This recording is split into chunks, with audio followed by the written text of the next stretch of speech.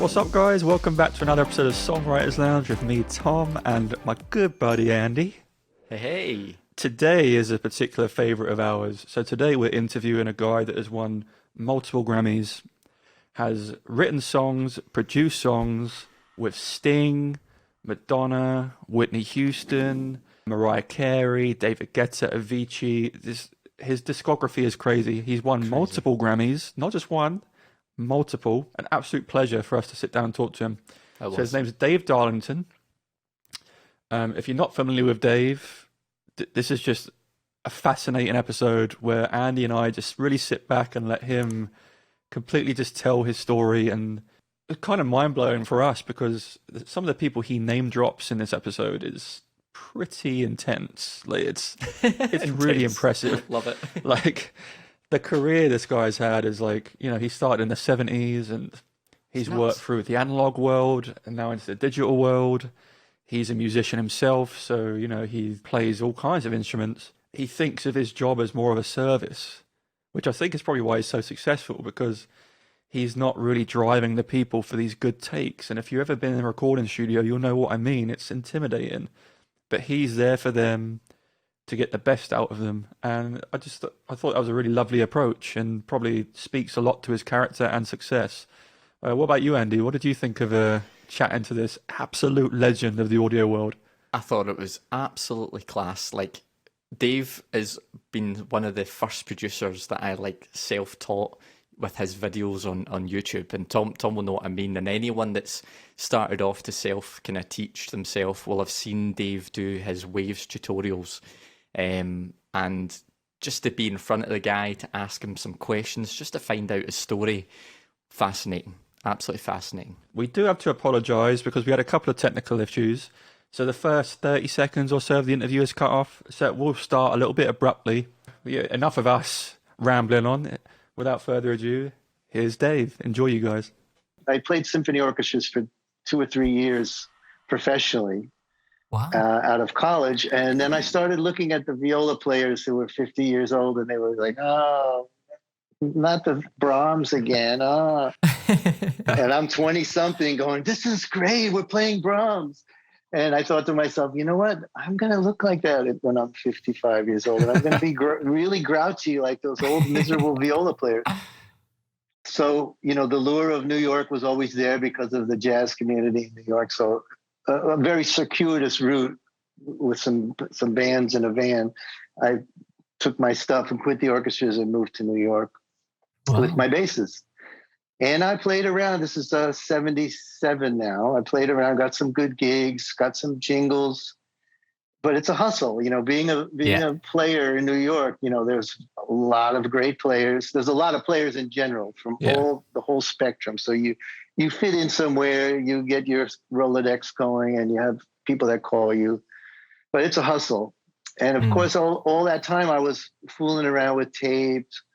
And drum machines came into being, synthesizers came into being. I was early on in the synthesizer game because I just thought it was very, very cool. And I learned a lot about MIDI. I remember walking past the music store in some of those years with my bass, and in the window was a Commodore 64. And I thought, what in the world is a Commodore 64 doing next to the wah-wah pedals and guitar picks? I better figure this out or I'm going to get left behind. I could clearly remember having a feeling of, wow, this world is changing and I better step up.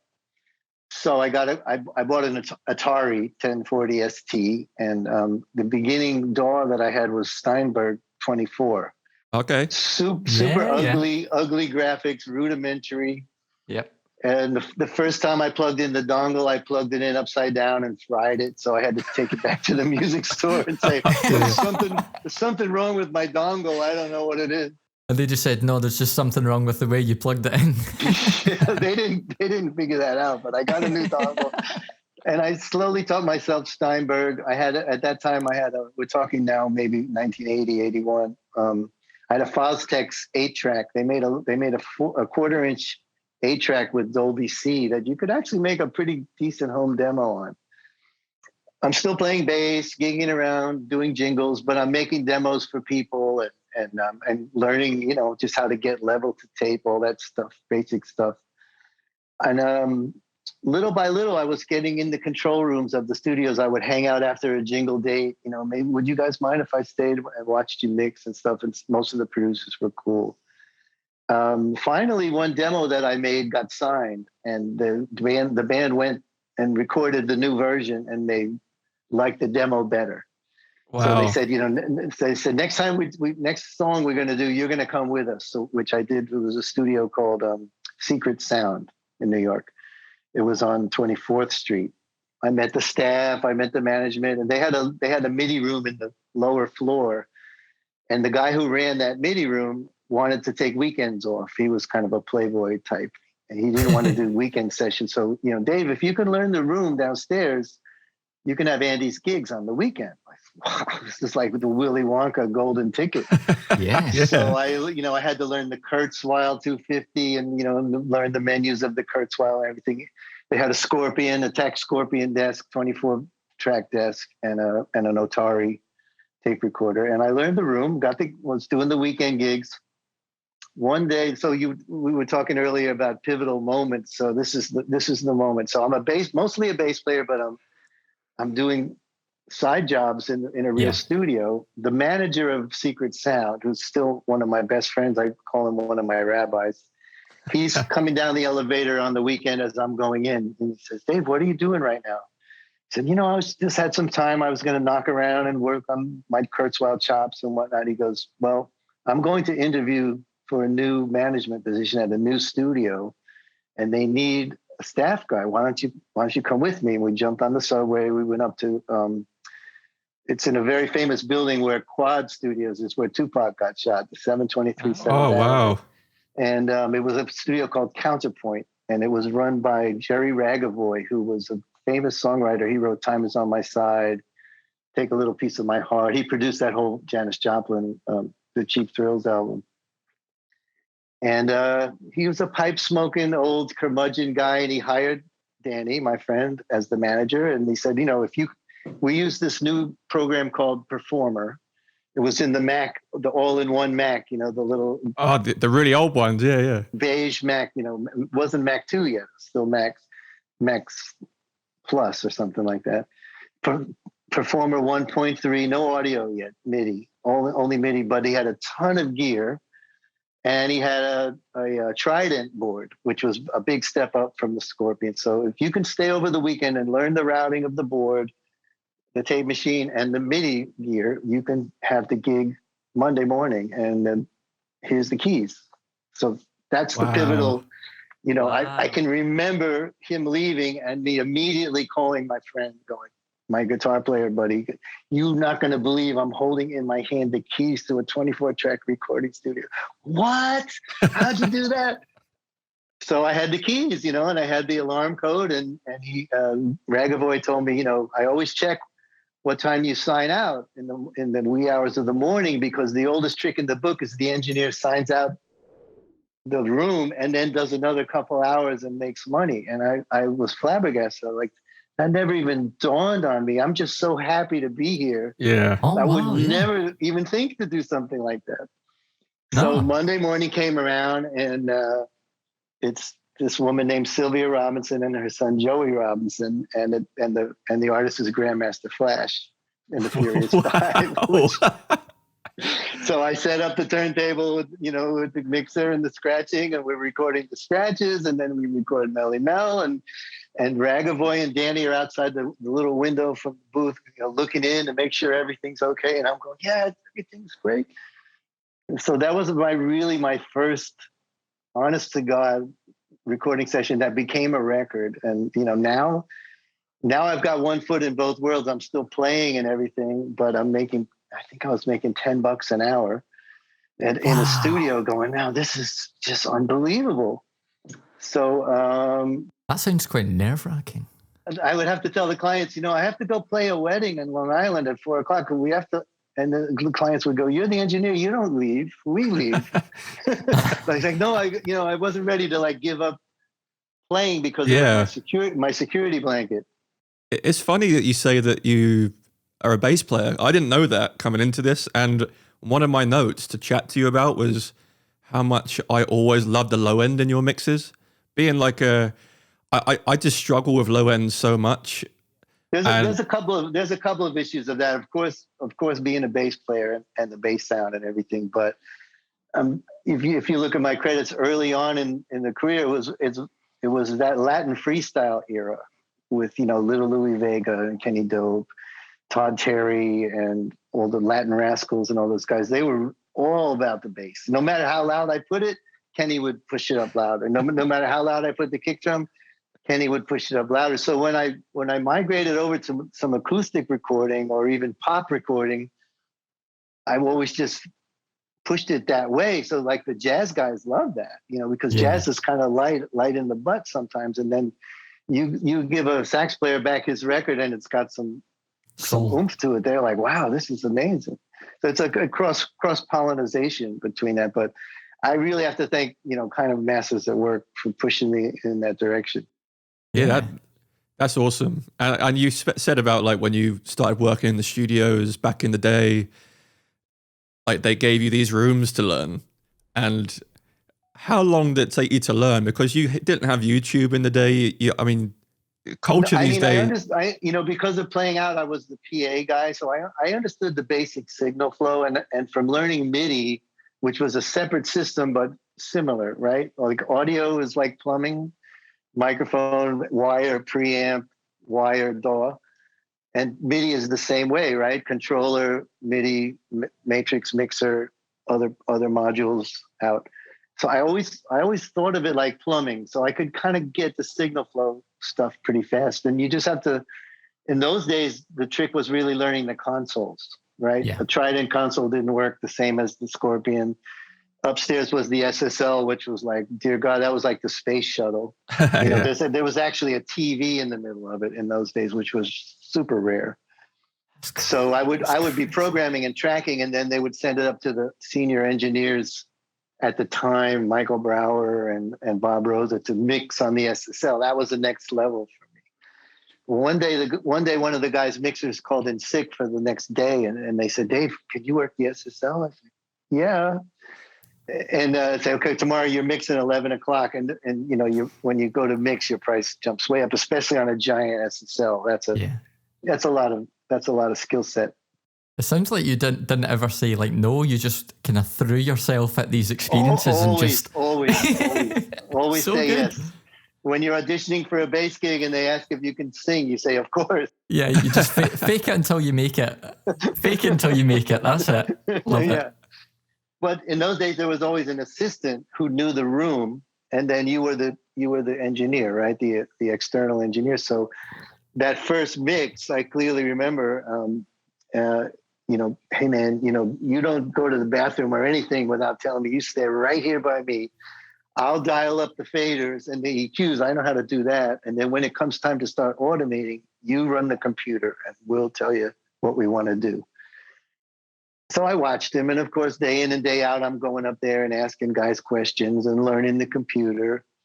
The SSL computer is its own system. The NECAM automation was its own system, flying faders. So you had to learn the commands and everything on both of those things. I had a cheat sheet, this, and enter. Now you have a new mix. Was it the kind of system that I know Chris Lord-Alge still uses his big SSL, and I know he has a screen? Was it like that? Yeah, I mean, in New York at that time, I had met Chris when he was at Unique, just starting out too, and he was like, he's a Jersey guy too. He's just really good at dialing it up, and then you learn that X, and that becomes your like Steinway piano. I have to have my Steinway to play the way I play. Yeah. So for him, for not only him, a lot of guys, really, the SSL was just the best thing. I actually have owned two of them in my life. I started out with a little 40 fader one that had automation, but the faders didn't move. It was just the VCAs inside, like a DAW. Okay. And I bought that from The System, if you remember those guys, Michael Franks and Mick Murphy. You remember that band, The System? Yeah. So I bought their SSL when they disbanded their studio. Oh, wow. Nice. And then my second one was when CNC was big. Robert Clavillis and David Cole each had matching SSLs, and then David passed away suddenly. So they had an SSL they didn't want, and I just took over the payments. It was like getting a Mercedes. just keep paying the lease, and you can drive the Mercedes. So And that was the big one. That's the one you see in the Masters at Work. And did you have to remove? I mean, what kind of job is it removing an SSL? Or in New York City, you rent a crane, and it actually comes out the window of your floor. No, on the crane, and then down into the truck. That's what I was thinking, because they're huge. SSLs come apart right in the middle, where the TV is, one side and the other. And then the legs are giant. And then there's a big machine component of all the brain and everything that goes in the other room. It was a huge, huge thing. That is quite. We had that at it was Bass Hit, and then it became MAW Studios, Masters at Work Studios. That was from 90 to 2000. And in 2000, I toyed with the idea of bringing it to where Bass Hit is now, and it would have filled up the entire room. You wouldn't have been able to walk. And in 2000, I could see the digital revolution coming. It wasn't really there yet, but I was mixing mostly in the box, and I just decided to sell it. Yeah. So, I mean, I think we'll touch upon the digital stuff in a moment, because I know we've got some listener questions as well that touch upon just that and the kind of the difference between analog and in the box kind of mixing. But we touched upon your moment where you said that in your head you had the big break. So going with that kind of flow, when did you book your first like well-known, like world-renowned client, if you will? Well, the studio was booking the clients at that point, but if you were just on staff there, you inherited. I did a lot of the Debbie Gibson records, and Louis and Kenny, CNC, Sky. The first record that I ever actually worked on that I heard on the radio was from Sky, which is actually Randy Muller from Brass Construction. He later founded Sky, and I remember working on the track, Start of a Romance. It was their second big hit. Their first one was Call Me. Then Start of a Romance, I actually tracked. And I was on vacation, driving in the rent-a-car, and the Start of a Romance. That sounds really familiar. Holy smokes, I actually recorded that record, and here it was blasting out of the radio in the Caribbean. So that was a big aha moment. Yeah, that must have felt really good. But going back to the Debbie Gibson records, part of their management contingent came into the session one day, and they said, you're pretty good, kid. I actually played bass on Shake Your Love. And they said, how much you making here? I said, wow, I'm making $10 an hour.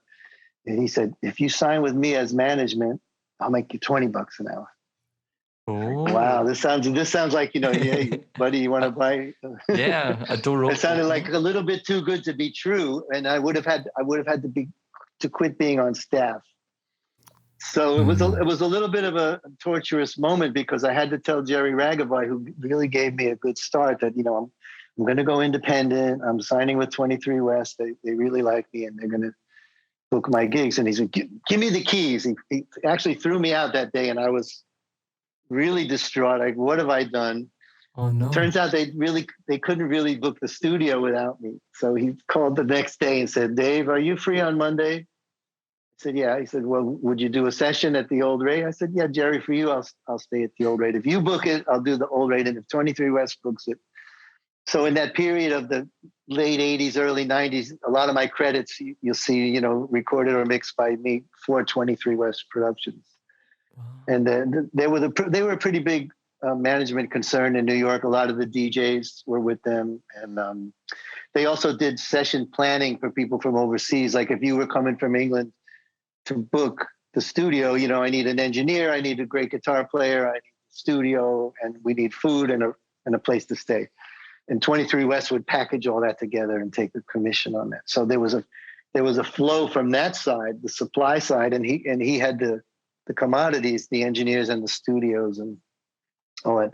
My guy at 23 West was Steve Rosen, who's still a very good friend of mine, and he would really sell me. You should get Dave. He really knows what he's doing. His influence led to tons of, like, the Diggable Planets came from him, because he knew their manager, and they had a falling out with their engineer, and they were in the middle of the Coneheads movie soundtrack. And, they need a guy who can really program and understands the music and has a low end flavor. Okay. And I went in, hi, I'm the guy your manager sent me from my manager. Oh, Dave, great. And, we became lifelong. Usually what happens when you meet people like that, the first day is a little bit of feeling out, like speed dating. And then you become kind of lifelong friends. If you end up making a record with somebody, I'm sure you've had the same thing. You're in the trenches, man. You're fighting the war together. At the end of that, when something good comes out of it, you have like a friend for life. Even if you don't talk to them for years and years, suddenly you pick up the phone and say, hey, man, how you been? How's the family? There's something special, a lot of definitely. bonds throughout the industry, and other people hear about that stuff. How easy you were to work with and how thoughtful you were. You always hustle, and you're always like, okay, what do you need, man? You need the Moog set up? Okay. I don't walk to the closet and get the Moog, and I sprint. Yeah. Like, hey man, let's set up the Moog. Come on, let's go. Okay, here's the wire. Great. What kind of sound you looking for?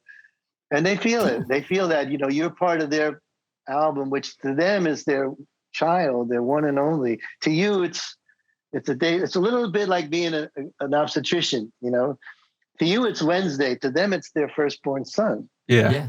Right. So you can't just go like, yeah, it's Wednesday. What time is when's my tea time? You got to come in like, this is our child. We're going to give him the best start in life that we possibly can. It's Bring it to amazing. life. It's just hearing you say that, because it took me back to before I even started producing and stuff like that. I was in bands, and I remember I worked back in England. I'm a drummer myself, and I was working in a studio in England, and this producer was very much like you were saying, like kind of like you could tell we were just like, right, come on, let's get on with it. It's almost lunchtime kind of thing. And I found it so intimidating that I couldn't keep to the click track because I was so nervous. And I could see him. It's all related. It's all holistic. You have to, when you're doing a big date, like a big band date, you don't want the guys warming up and then you're just now getting up. Hey, is this mic on? I go hours before. First of all, I tell the studio, I send the studio my setup. And I say, if the downbeat is noon, I'm going to be there at 10 o'clock. I want everything checked and set at 10, even if you have to bill us. I don't want to come in and people are pushing music stands around and we don't have the headphones ready yet. I want to sit at the desk with everything labeled, and I want the assistant to run out and talk into the trumpet mic, now talking to the trombone mic, now talking to the sax mic. Great. I see it. It's working. Everything's labeled. And there's no pressure. Now you can have coffee and, the guys start trickling in. Yeah, man, how do you like your mic? Do you like your music stand on the left? Okay, I like it on the right. Okay, boom. And you go out and you make friends with all the musicians. What kind of stuff are you dialing up on your amp? Or, do you like it aggressive? Do you like it warm? And they see that you're invested in their sound, which, remember, you're a drummer. You've been investing in your tone and sound and chops for all your life. So when you go out to a sax player that you've never met before and you say, hey, man, you got a really nice sound. What do you think about the mic right here? Is this in your way? Should we put it, you know what you're doing, but you engage them in the process. And then they go, wow, this cat he wants me to really sound great. He's trying to get my sound. Everybody's always really about their sound, right? Yeah. But once you get that established, that, you're on their side, it's not an adversarial relationship. You're on the same team. You're going for the same thing, and you're at their service. Really, it's a service. At the end of the day, being an engineer is a service industry. Like a maitre d'. Where would you like to sit? Would you like the window? Would you like some prosecco? What do you want? Can you hear well? Can you see everybody well? How are the sight lines? Let's move your chair over a little so you can see the bass player. All those little details and everything, concierge style, makes everybody relax. Now it's 11:45. Everybody here's great already. We're waiting for the conga player who's always late, but fine, we can run the tune and check the chart out and everything, and then get a playback. The hardest moment in those kind of gigs is when all those guys pile into the control room to hear the playback. Yeah. You better have a pretty good rough mix. And a lot of engineers say the same thing. Is actually in Al Schmidt's book about the worst moment of any session is when he has to play back the first pass. Oh yeah. He's got a star on the Hollywood Walk of Fame, and he's nervous. Yeah. So I don't feel that bad when I have a little butterfly. But 9 times out of 10, that's great, great, great. Can we hear a little more hi-hat? Sure. Everybody comfy? Great. Let's go make the record. And then you're really rolling, and everybody's happy. That's amazing. So, yeah. So I mean, like in terms of like that was a pretty cool example of how you made people feel comfortable in the process and whatnot. Is there one kind of I guess one story or one kind of key part of a job that that really stands out for you that you remember so clearly? When the big stars are coming, everybody's a little nervous, right? Especially the producer who's got everything riding on the line. So, I mean, just about any of the stars that I've dealt with, there's that moment when they walk in and, you've got to get it going really quick and make them comfortable. Yeah. A few stories come to mind. So Wayne Shorter, the famous sax player, my instructions were, we're on tape still at this point. So my instructions were to be and record at all times, no matter what. So we had 2 tape machines. So even when Wayne was putting his reed in and adjusting his ligature and everything, practicing, walking around, not even really on the mic, I have the auxiliary tape on. We're just recording Wayne Shorter noodling around. And we have the song set up and ready to go on the other tape recorder. But, I'm in solo, so he doesn't know that anything's recording. And we were getting all these licks, these amazing licks. So we just catalog everything. At the end of the day, one of those noodles became the opening salvo of the actual album. Oh. The producer went, that lick, that would really be a great thing to when the drums, bap, bap, boom. So if you listen to Alegria, the beginning thing is him just fooling around, and the producer was the smart one there. I just did what he asked, but I remember going, Wayne's on the elevator. He's coming up now. So go and record. Okay, hi Wayne, how you doing? Would you like some coffee? No, I'm good. I'm just gonna set up. The same thing happened with Sting. I came in the Sting album after they was well underway. They recorded the basics at his home in Tuscany. Then they went to California to do the vocals, and they weren't really comfy. So the producer said, I got a guy in New York. They brought the other engineer who had been on the whole project.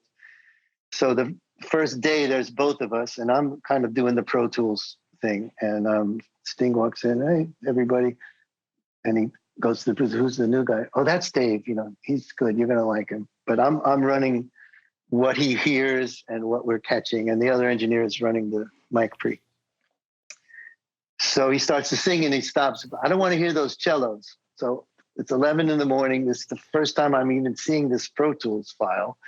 There's like 75 tracks of cello, cellos. Oh no! And so I quickly go down and I mute all. Okay, I got them muted.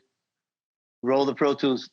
Of course, they're automated, so they pop back on. So now I have to manually turn off the automation. So of course Sting goes, no, I still hear them. Yeah, and I'm very, very nervous. Yeah, finally I get the cellos muted, and we record for a couple hours. And he comes in, he starts telling stories. It took about a day, maybe a day and a half, for him to warm up to me. He already knew everybody else. Mm-hmm. He had his guitar tech there with him. He knew the producer from the whole album. He knew the other engineer from the whole album. I ended up, becoming a little bit buddies. We don't call each other, but during that album, he was very warm to me. And he said, sometimes, when you're in this position, you have to be a little bit of a jerk because people come on you all the time. Mm-hmm. It's a little bit of for all those stars, being a little bit hard as a defense mechanism because everybody wants something all the time. Yeah. So I was just really chill. I didn't bug him, can you take a picture? None of that. Yeah. We ended up getting hundreds of pictures because he was relaxed. He took, he would take us out across the street to the pub. We would all have to pile his Escalade with his driver was always outside the studio on 10th Avenue. The pub was right across the street, but we would have to pile into the Escalade, zip across 10th Avenue, and pile out the other side because he literally couldn't walk across the street without being noticed. Wow. So we would go have like a glass of wine at 4 p.m. and there'd be like some chronic drinkers in this Irish pub, and they'd look up from their pint. And they knew who it was, but then they would look back down at their pint. It's like, that's Sting. Yeah, I know. Don't worry. Don't look at him. I would do the exact same thing. I'd be like, I know he's there. He became really nice to me, and there's a place near where I grew up called Darlington. Is that any relation? Of course not. But he grew up nearby Darlington, of course. So it was cool, very rewarding. Just the fact that he was chill with me and not just a hired gun. Yeah. Hey, how you doing? He was amazing in the studio. Like, first of all, he's a consummate artist. He'll do it until the cows come home, until it gets done. But in the morning, his voice was usually pretty rough. He stays out pretty late and gets up in the morning, and he has a trainer and he does his exercise. But 11 o'clock, by 12 noon, and I swear to God, every single day this would be the case. By 12 noon, Roxy! He could. Just go it for was it. unbelievable to me how he would work through the phlegm and the tiredness. And by noon, he was singing his behind off, and great. And we recorded take upon take upon take. It was material that he was not that comfortable with. When it was time to mix, he went home to England and, okay, we're going to mix. We got the call the next day. I got to come sing the entire album over again. Wow. So of course, the whole schedule went to hell. Instead of mixing for a month, now Sting is coming back. We did another 2-3 weeks of vocals, and then we mixed. Then was in a rush, but it was good. In the mixing and the playbacks of the mix, he wasn't really concerned with much of anything except his vocal. Almost everything that the producer and I did with the music, he was signed off on like immediately. The tracks sound great. How's my voice? Yeah. How's that note right there? Tuning. Looking for an alternate take here and there, which, the producer himself was very good with singers like that. We kept everything. So we had 125 versions of that note to go through if he didn't like the one we chose. So, and that makes people feel good too, that, we're getting the best out of them. Yeah. It's interesting. Like, do you remember, did you have to go through mic selection and preamp selection or anything, or was that all figured out? We had the engineer from California had a really special 47. Oh, okay. So Wow. that was following Classic. him around from. But here's an interesting thing: we did not use a pop filter. Really? Because he felt that that intimate. It was very soft music, a lot of it, and he loved his own sound. Digging way in, on the 47. Really close proximity. So guess what that meant for me? Going through with a fine tooth comb. I actually have a preset on an EQ with like a shelf. I mean, a high pass at like maybe 90 or 100, and I labeled it P. So every time there was a P, I go to the preset and render it. So it took hours to comb through the vocal, but when we played it back for the label and Sting's management, everything, Donnie Einer, who's a big deal himself, a very accomplished engineer and producer, said, wow, I've never heard his voice sound like that. Well, that's because it was handcrafted, like Rolls Royce. Hours and hours, I bet that took. Yeah, you literally went through every single plosive. Every S, every P, every B. That stresses me out just listening to it. Yeah, a whole album and alternate takes of the album. But at the end of the day, playing. Sometimes when you play back for clients, it's like, oh, we have work to do. It was the opposite for him. It was like the record sounds great. It's got all the feeling I'm looking for. How's my voice? We reassured him. The label reassured him, and the last time I spoke to him, he was like, "See you at the Grammys." He was very, very, very, very happy. At one point, he broke out his acoustic guitar and played "Fields of Gold" for just me and the producer like a command performance. You know, I had to keep pinching moment. myself. Like Pinch here he is moment. playing, singing his butt off, playing Fields of Gold on his acoustic. You know, I couldn't doesn't even get much imagine. better. It Yeah. doesn't, you know, I mean, yeah, I have a lot of moments in my career. People ask me, like, is there anything you haven't done that you know?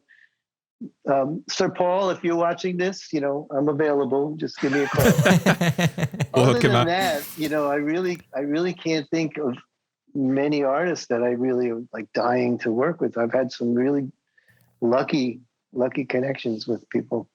But I And think how have you it also, sorry to cut you off, Andy, it also pays homage to what we've spoken about, like the fact that you really do put the effort in and it shows on record. So like you said with Sting, I mean, I wonder how many producers or engineers and mixers would have gone through and done that with a fine tooth comb, and how many people would just be like, we have to use a pop filter, I'm sorry. Like, Yeah. No, there's a fine line because a lot of people would be intimidated by an artist, you know, and say, so Robert Saden, the producer, is very adept at being strong because artists, those kind of artists appreciate honesty too. If you say, no, I think you can do it better, or no, I think we should do it this way. But if you really want to do it your way, we'll do it. They appreciate you being honest because they got so many yes men sucking up to them just so they can keep their jobs that, you know, they like it. And if you're skillful, like, you know, you don't go into your garage mechanic and start telling him how to set the carburetor up. You know, if you have an engineer that you can trust sonically, you don't have to be over his shoulder all the time going, you know, did you put a de-esser on my voice? Have you done the tuning it? You don't have to tell me that kind of stuff. I actually get offended when you do because it means you don't trust me.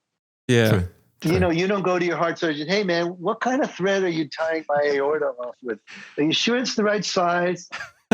You would never do it. But why are you doing it to me? Because you watched a YouTube video? Yeah. Yeah. Come on, I'm the car mechanic, you're the driver. Absolutely. I'll tune the motor and you run the race. It's fine. Yeah, I you like it. hit the nail on the head there with that.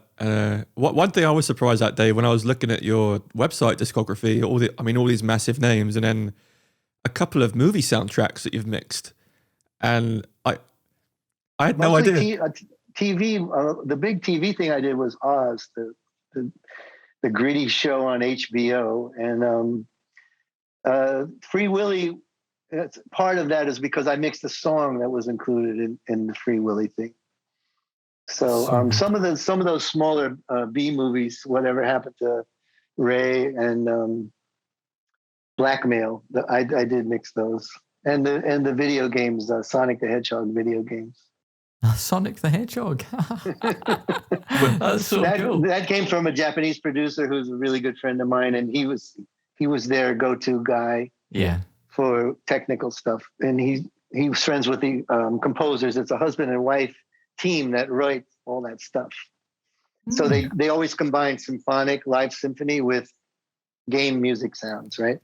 And do you approach that kind of job, Dave, in the same way as you would with, for example, Sting? Or do you tailor your kind of approach to the job? Because obviously they're quite different, you know, they're quite different very gigs. different. There's a commonality in the fact that each element has to sound as good as it can. Mm-hmm. That's the beginning of any mix. You know, you don't solo everything so much, but you do sometimes have to clean things up. And so you start by making all the elements good. The opposite of that to me is when I'm mixing ultimately towards the middle and the end, I'm thinking about the audience. I'm not thinking about really Sting or Sonic per se. I'm thinking about the people that are going to play Sonic. And, you know, is this game, you know, the racing sound, is that doing what I would want to do while I had my controller in my hand? Is the level up? Is that giving me that? Like, yeah, I did. That It's euphoria. giving me the feeling. You know, is the jazz stuff giving me that smoky club vibe? Is the hip hop stuff making me go like this in my Jeep, even though I'm not in my Jeep? You have, and I tell young engineers all the time, you know, you're not mixing for the artist, you're mixing for the artist's audience. And you have to convince the artist too that you should be mixing for the audience, not for themselves. A lot of technical players are worried about their peer group. you know, the guitar player, oh, my tone, you know, I played a B flat, it should have been a B natural. I'm like, you know, you and your 6 guitar player nerd buddies care about that. I'm mixing this album for thousands of instrumental jazz heads Yeah. who really don't care. They just want to go downstream with you, with that flow of your music. They don't care about your B or your B flat. That's your ego talking. Yeah. Of course, I don't put it exactly like that, but Yeah. I have a shtick. I have a little bit of a shtick that I do. If you go to Let It Be, the Beatles song at 2:59, McCartney clams the piano. And you didn't know that, and nobody else in the world knows that. But when you isolate it and you say, I find myself in times of trouble, mother clang, it's like, oh my God, it sounds like a train wreck. How come I never heard that? That's my point. Yeah. You don't, nobody, did you ever listen to a Herbie Hancock record and say, oh, I think I hear the pedal, I hear a thump on the pedal of the piano? Of course not. No. Yeah. Right? Did you ever listen to a Yes record and say, I think Steve Howe played a B instead of a B flat? Of course not. No. Of course not. You went, you know, I've seen all the people. Yeah, I love this song. It sounds great. Because, you know, you're mixing records, mixing is framing the painting, right? You have the song, you're just putting it in the best possible light for everybody. And, you know, perfection is the enemy of art. I love that. And it reminded me of something I watched yesterday. So I watched on YouTube Brian May going through the Bohemian Rhapsody multi-track, like track by track. I have that multi-track actually. And pretty amazing. Yeah. It's only 24 tracks, by the way. Wow. So, you know, like a background vocal suddenly turns into a guitar solo on the same track because they had to fit everything onto a 24-track tape recorder. It's amazing. So yeah, correct me if I'm wrong, Dave, but what Brian was saying in this YouTube video was like he turned the piano up and he's like, if you listen very carefully, you can hear Freddie Mercury's guide vocal because he's like humming to himself to keep it. And exactly what you were saying there, like you would never know that, but like how many times now? I think like if I got that, I would try and EQ that vocal out and then ruin the whole thing. Yeah. I love watching those videos, like, you know, Tony Bon Jovi doing the David Bowie mixes. You know, they're like 16 tracks.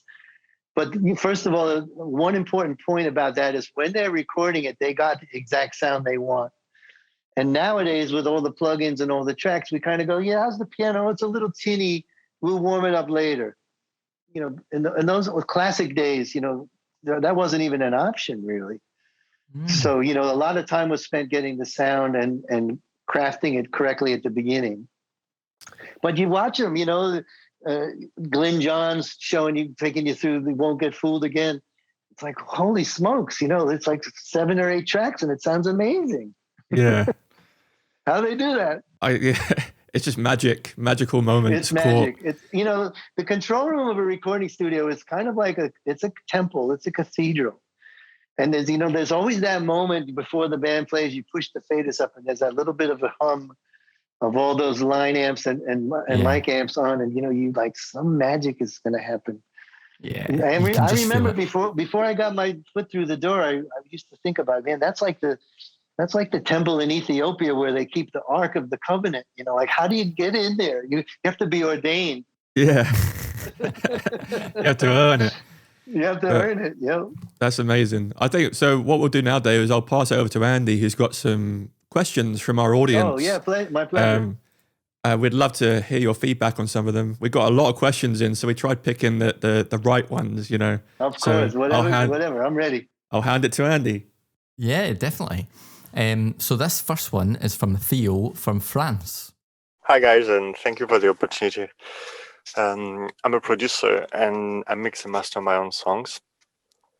And I would like some tip about how to mix loud, because I discovered that my songs were not loud enough to compete with the industry standard, and mainly not because of the mastering, but mainly because of the mixing.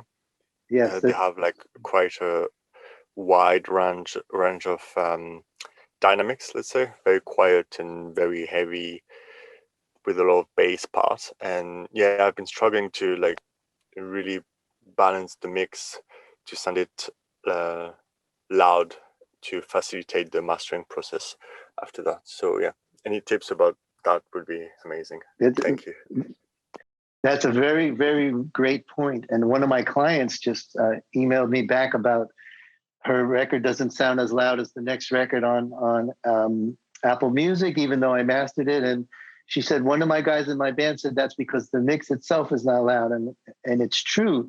A lot of the loudness in a mix is in the mid-range parts.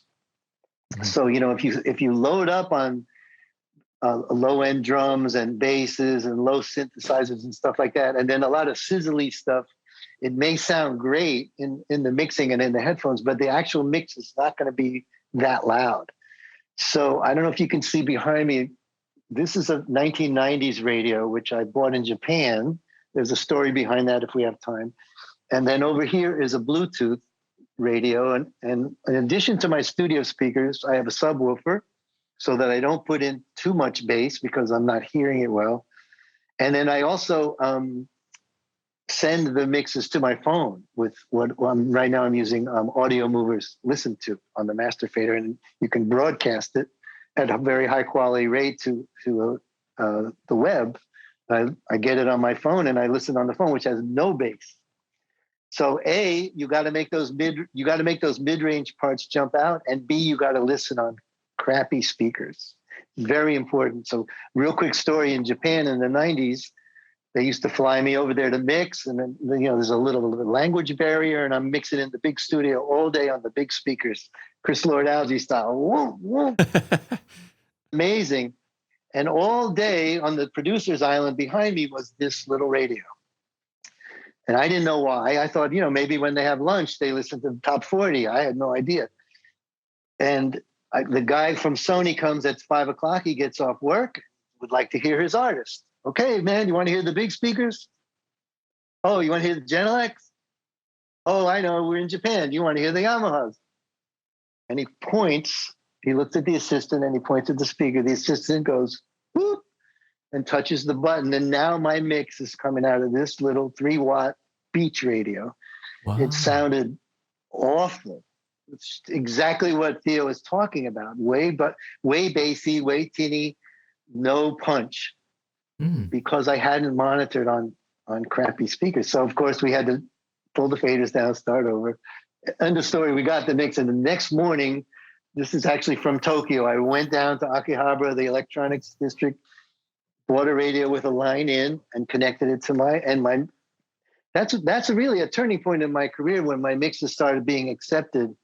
Instead of, let me take a cassette down to my Jeep. Oh, Dave, man, the bass is way too loud. Oh, something wrong. When I started mixing on the little speakers like that, suddenly they were translating like tons better. Wow. Theo, you have to mix mid-range aggressive and still keep your bottom. It's doable. And then when you get to your limiter at the end, you have to meter it. So you want to hit that sweet spot between -14, which is Spotify, and -9, which is CD area, right? So I look for my long-term to be, my two numbers are 12 long-term and 9 short-term. If I'm peaking out around 9, once in a while at 8, even on jazz, it doesn't crunch. But if I go too much above 12 on the long-term, then Spotify is going to turn me down. Mm-hmm. Mm-hmm. I heard a really good lecture about this. If you think about like a pocket knife and a chainsaw, right? The chainsaw is the rock group. It's really loud. And the pocket knife is Norah Jones. So here's Aerosmith. Here's Norah. Now here's Spotify, right? So Norah, the pocket knife, is just as big as that chainsaw. So that chainsaw sounds small. And Norah sounds big. Yeah. Right? So this is what Spotify is doing. So if you go too far, high, or low, it's not going to translate well. So there's a golden area there between 14 and 9. And a lot of limiters now on the market are showing those notch points as markers, like here's CD at -9 long term. Here's Spotify at -14, streaming at -14 long term. So I try to go in the middle. That's so good. That's a great answer. The next one we have is from Jeffrey from the States. Hey, Tom and Andy. My question is for Dave, and it is, how do you know when a mix is complete? Is it after automation? Um, yep. That's a good question. From doing it a long time, I'm able to dial up what I call 80th percentile pretty quick. So I tell the client to leave me alone, or here in coronavirus, I'll call you online when I feel I'm 80%, because there's certain decisions that you have to help me make. For example, how wet do you like your voice? Do you want it super, Barry Manilow, swimming in reverb? Do you like it really dry, almost hip hop, Mary J. Blige style? That's a question only you can answer. I tell people that reverb is like pepper. Some people like a lot of pepper. Some people don't like any pepper. So Yeah. there's a certain decisions that you have to make together. And then, to me, the mix is done when you can play it from the beginning to the end and never come out of your groove. So, you play in the mix, the chorus comes in, great, great, great. Then suddenly the guitar comes in for the solo. And you just wish it was a little louder. So that's an example of it's taken me off my groove, because I'm not grooving on the mix anymore. I'm worrying that the guitar is not loud enough. Stop, fix the guitar, play it from the top down. Most records are 4 or 5 minutes. You're not investing a ton of time. So the goalpost for when I feel the mix is done is when I can play it from top to bottom and everything is satisfying, all the way to the ring out, the trail of the echoes at the end. Do they cut off too soon? Are they too teeny? All those elements. When I stop thinking about them and I'm just enjoying, then we're done. Of course, for the client, they're done when they're done.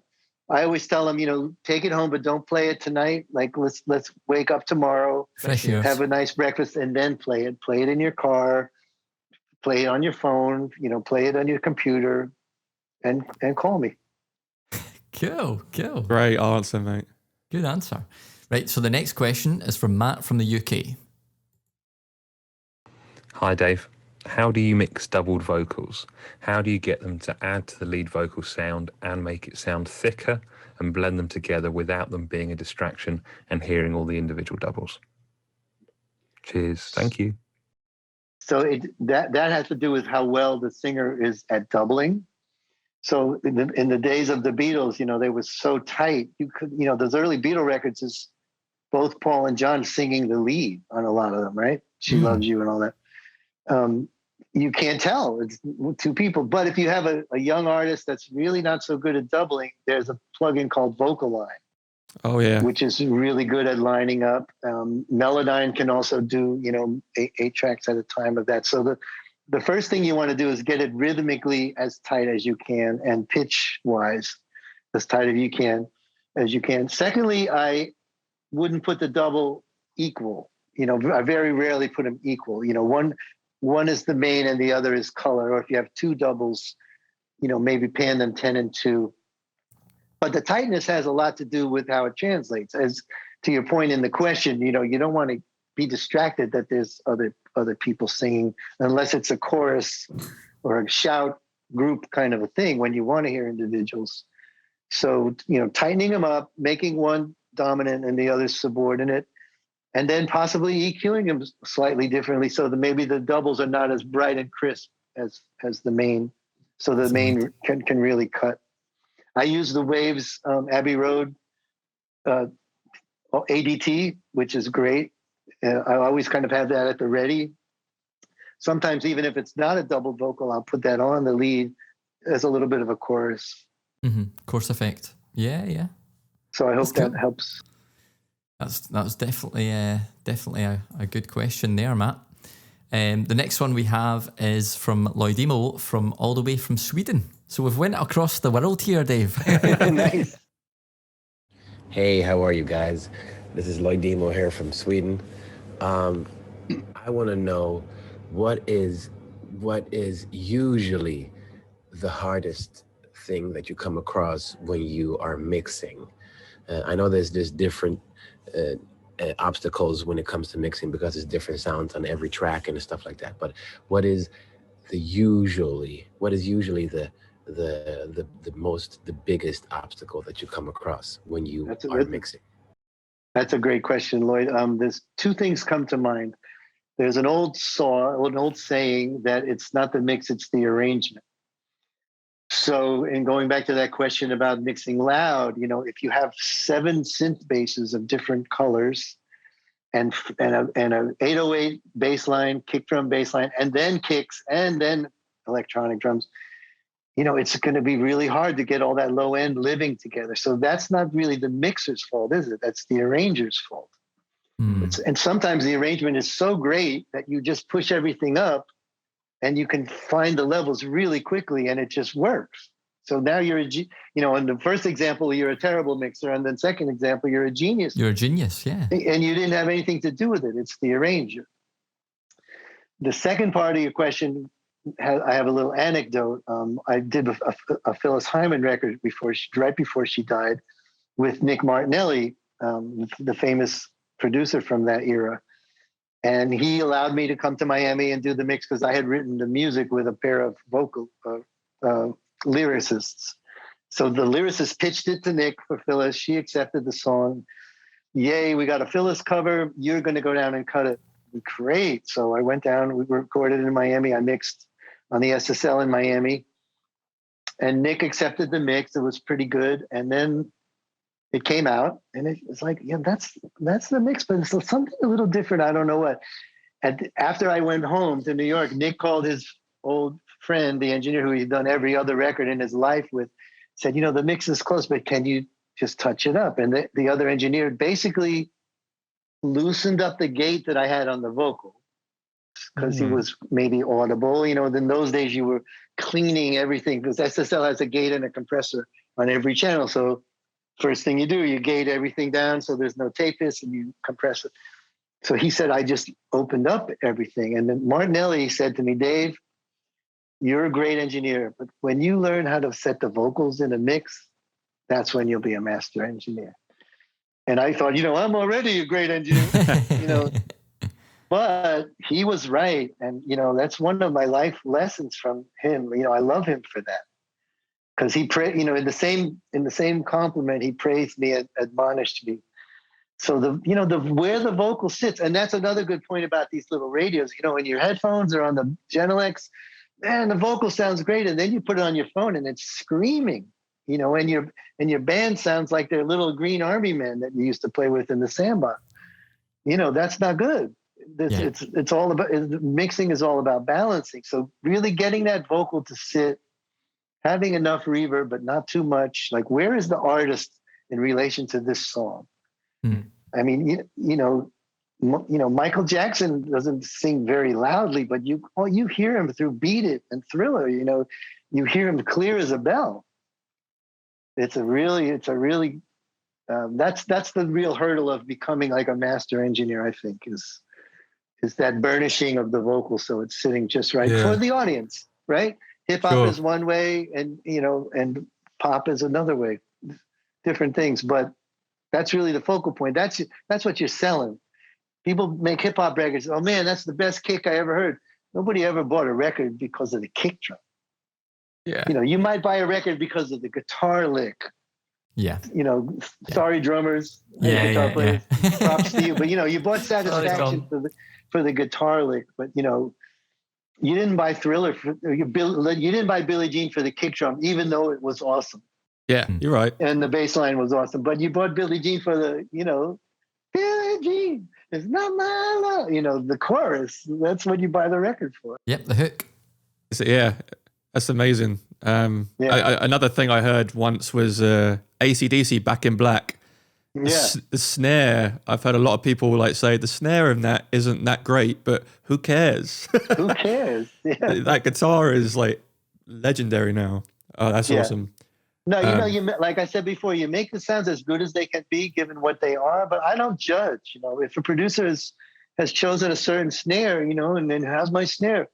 Hey man, you picked it. I'm just putting it in the right place in the mix. Yeah. It's not really, it's not my job to supersede your decision-making process. If something's really, really weak, if it's maybe live drums and the kick drum was recorded poorly, then maybe we trigger a kick or something. You know, Yes. I know in the Nirvana records, you know, they were triggering a gunshot on the snares. Oh, really? Just, yeah, mixing it in just a little bit. Oh, I guess that adds Wow. the punch then, doesn't it, to all those Nirvana tracks? That's awesome. We got one more question here, Dave. We haven't got it in a voice recording, so I'll just ask. This is actually from my father-in-law, who's also a drummer and a big fan of Nice. yours. Keep it in the family. Exactly. So the question is, Dave has seen it all in both. I'll start again. Dave has seen it all in band audio, both live and mixed. What is the biggest change in sound through the decades? My guess is you prefer multi-track analog to the software sound, but what are your thoughts? And one more question, what is the next big generation of a mix as far as equipment, or are we just stuck with software? Well, I think it's safe to say the analog world is going away. If you know, I don't know if anybody saw that Michael Brower, who had racks and racks and racks of analog and was an SSL guy. He just sold it all within the last 6 months. He said, you know, to your father-in-law's question, in the beginning days of digital, it really wasn't sounding that good. And the Apogee company, Bob Clearmountain and his wife's company, made their bones on having converters that were better than the average converters. I remember there was a Mitsubishi 8-track, 32-track digital recorder that the owner, Francois Kevorkian, bought Apogee converters. So, wow, this is the Mitsubishi with the Apogees. And then the Apogee 8000 came out. I've been an Apogee guy for a long time. And so nowadays the conversion is really, really much better than before. So what we were losing in the early days of digital, we've now made up that ground. And what we're gaining in digital is cleanliness, Space, more space, many more tracks and storage, and recallability. So in 1990, if you got your mix home on your cassette and there was too much hi-hat, it was probably $2,000 to book the studio to lower that hi-hat. Wow. Because you'd have to have 2 or 3 hours of the assistant engineer dialing up the SSL and dialing up the Eventide harmonizer and dialing up the AMS reverb and dialing up the Neve modules. Then I walk in and I go, there's something wrong with the drums. Play the instrumental. Oh, you forgot to push the button that connected the DBX compressor. Okay, now let's hear the TV track so we can get the backgrounds, right? No, the reverb's different. Oh, okay, you forgot to do the 4 hours later in a multi-track giant studio, we're back where we were. Now the producer comes in, he has to order lunch first. Now we have to listen to the hi-hat and bring it down or automate that down. Okay, let's hear the old one. Let's hear the new one. Okay, I like the new one. Great. Now print the passes. Main, vocal up, TV track, instrumental, acapella, all to half-inch tape, right? At $25 a roll. So you're in the studio for 8 hours. You've got the studio, you've got the engineer, you've got all the tape, and you had a whole day to bring your hi-hat up. And how long does it take now? Seconds. We just did it. The perfect answer. Yeah. And you can, so do I miss I don't miss the analog workflow. I do miss the glue a little bit, but I think I achieved that glue just by listening and working in my preferred DAW. Now, I spent a lot of money on my monitors. I spent a lot of money on my converters. So what I'm hearing is very enjoyable to me. It's like having nice furniture or, a nice thermostat. So the temperature in my room is very nice. So I can work well and get it. So you have to invest in this digital world that we're in. You have to invest in your gear. You can't buy the cheapest plugins and just use the presets and expect to compete with Chris Lord-Alge or anyone, because we have access to the best from the manufacturers. They want us to use their stuff. So that being that, and it's also a generational thing. Like the stuff my son listens to sometimes makes me go, oh yeah, I don't know what you're listening to, but he's going, yeah, this is awesome. Yeah. And so, you have to kind of try to stay up with, pop, especially pop music is a young person's game. It's the tastemakers are, in their late teens and early 20s, and they're listening to different kind of things. So, you kind of have to stay up with that. Yeah. But it's really different. The footprint is smaller. The room that I built to write the Oz score in, which was just a writing atelier, is now my mix room because of the shrinkage of the footprint. Yeah. So over time, I did some acoustic stuff to it, and it's totally fine now. So I don't poo-poo digital at all. I'm happy about the workflow, and I've invested in the conversion and the clock and everything to make it as warm as it can possibly be. What I really kind of worry about is the AI stuff that's going on. I shouldn't say worry. There's some really great applications of AI. A good example is Auto Align by Songwriters, which is a time alignment tool. You put your let's say you put your snare drum as your send, and then you can align all your tom-toms and hi-hats and everything to your snare drum mic. Okay. That's using AI. What I don't agree with is AI mastering. Yeah. Send us your song to your robot, and the robot will listen to the frequencies. I'm not sure about that. There's an AI songwriting. I don't think that's going to happen. Even though people are employing techniques like that, how many seconds is it to the hook? How long was it before some swoosh? Yeah. The Swedish game of that. Yeah, as you know. Hit the nail on the head there with the AI stuff. I see. I get like advertisements all the time on all like social media and YouTube for like MIDI packs and MIDI chord packs and Waves is using AI in a couple of good ways. You know about the NX where you're like in a control room, modeling your listening situation. The other thing they're doing now is when we make presets, they want us to send them the music, the preset, and the result. And then they run some AI on it, and they call it food. They run some AI on it, and they figure out what did the engineer actually do to this particular music to get this particular sound from this particular preset. And that's going into a giant, I don't know what the coders are doing with it, but they're learning about what presets will be useful and what not. So that, to me, that's a very intelligent use of the AI for me. Good. Sure, for sure. I've got one question selfishly from me, Dave. Okay, go. One of the things that that I kind of struggle with is I'm a self-taught producer, and I was telling you before the episode about your videos with Waves were some of the first that I ever came across, and they were great for getting me up to a certain level. I'm probably at the level now where I'm listening to records by people at the top of their game like yourselves, and I'm kind of going, is there something fundamentally that a self-taught producer that's still maybe not got the years of experience on some of the people that have spent so much time, is there something that can help me quicker get there, or is it just time dependent, for those nuances? It's how you use your time. When I was in classical music school, I only practiced an hour a day, but it was a really dedicated hour, and there were violin players who would practice for 8 hours a day and they would never get better. And not because they weren't as good as me or I wasn't as good as them, but just like the focus of it. So I mean, Jeff Lynne is a self-taught producer. There's nothing wrong with being a self-taught producer, and there's some very successful ones. Yeah. And it's really about your focus when you're working. Tweaking your mastering chain. I put my mastering chain on fairly early in the game because your levels are dependent on that final squash.